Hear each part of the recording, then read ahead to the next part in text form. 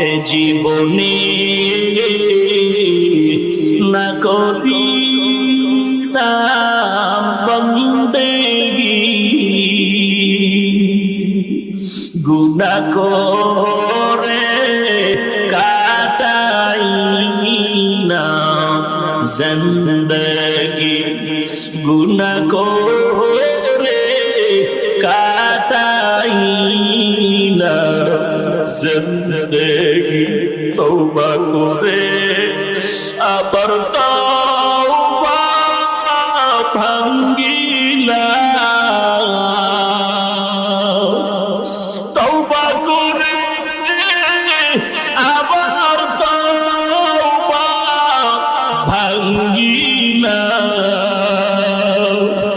অবশেষে খাঁটি তওবা করিলাম। সকলেরই দরজা হইতে ফিরিয়া আপনার দরজায় রইলাম তাকায়া। ও মাদায়ার মালিক, গুনাহের কারণে আপনি বেজার হয়ে খালি ফিরাইয়া দিয়েন না। ও আল্লাহ, আপনি যদি আমাদের খালি ফিরাইয়া দেন, এই ময়দানে কেন হাজির করছেন রে আল্লাহ? আপনি যদি আমাদের ক্ষমা নাই করেন, গফফার নামটা কেন রাখলেন? আপনি যদি আমাদের ক্ষমা না করেন, রহমান নামটা কেন রাখলেন?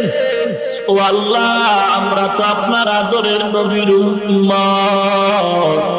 কত বড় বড় বেঈমানকেও তো আপনি মাফ করে দিয়েছেন। আমরা তো আপনার আদরের নবীর উম্মত।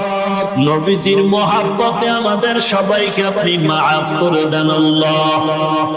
মা বোনদের মাফ করে দেন, মা বোনদের পর্দা নিশি আবেদা বানায় দেন, ছেলে সন্তানগুলো দিনদার নেককার বানায় দেন।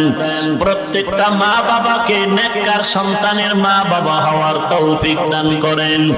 ও আল্লাহ, যারা ব্যবসা করে, চাকরি করে, কামাই রুজিতে হালাল ভাবে বরকত বাড়ায় দেন। ও আল্লাহ, আমাদের সবাইকে দ্বীনের খাদিম হিসেবে কবুল করে নেন। সারা দুনিয়ার মুসলমানের ঈমান আমল হেফাজত করেন। বাংলাদেশ শান্তির দেশ বানায় দেন।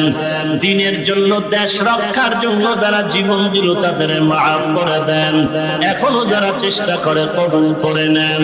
আয় আল্লাহ, সকলের দ্বীনের নেক আশা নবীজির মহব্বতে পূরণ